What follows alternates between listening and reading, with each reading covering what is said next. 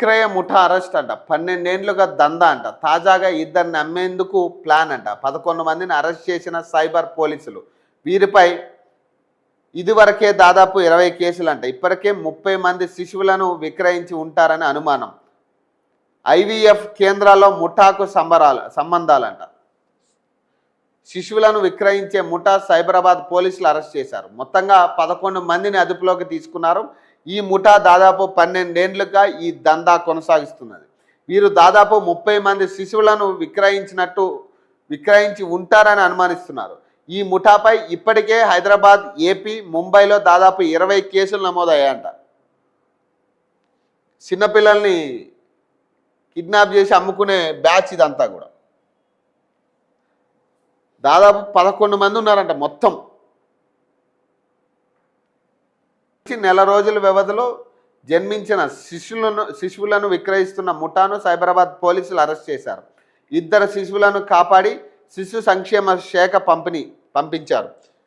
Madhapur DCP రిథిరాజ్ వెల్లడించిన వివరాల ప్రకారం ఆంధ్రప్రదేశ్లోని కడప, తూర్పుగోదావరి జిల్లాలకు చెందిన వేముల బాబురెడ్డి, వెంకిపల్లి గంగాధర్ రెడ్డి హైదరాబాద్ వలస వచ్చి కాప్రా, మెట్టుగూడ ప్రాంతంలో నివాసం ఉంటున్నారు.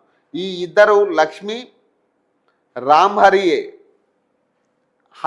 హరీష్ రాయ్, అలాగే సంగీత దేవి, గూడెప సుజాత, అలాగే సూరబోయిన అనురాధ, ఏసారపు జ్యోతి, మాధవి, పొత్తుల శోభ ఒక ముఠాగా ఏర్పడ్డారు. 12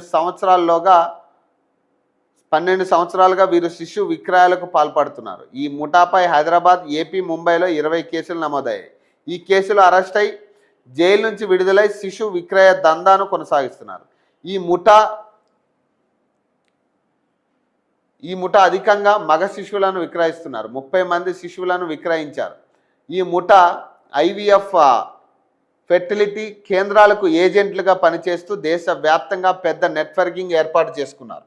అతి పేదరికంలో ఉండి పిల్లలను పోషించలేని దంపతులు అక్రమ సంబంధం కారణంగా శిశువులకు జన్మనిచ్చిన వద్దనుకున్న తల్లులను గుర్తించి వారి నుంచి శిశువులను కొనుగోలు చేసి పిల్లల కోసం తప్పించే సంపన్నుల కుటుంబాలను వెతికి వారి నుంచి భారీ మొత్తంలో డబ్బు తీసుకుని అమ్మేస్తారని పోలీసుల వివరణలో తెలిసింది.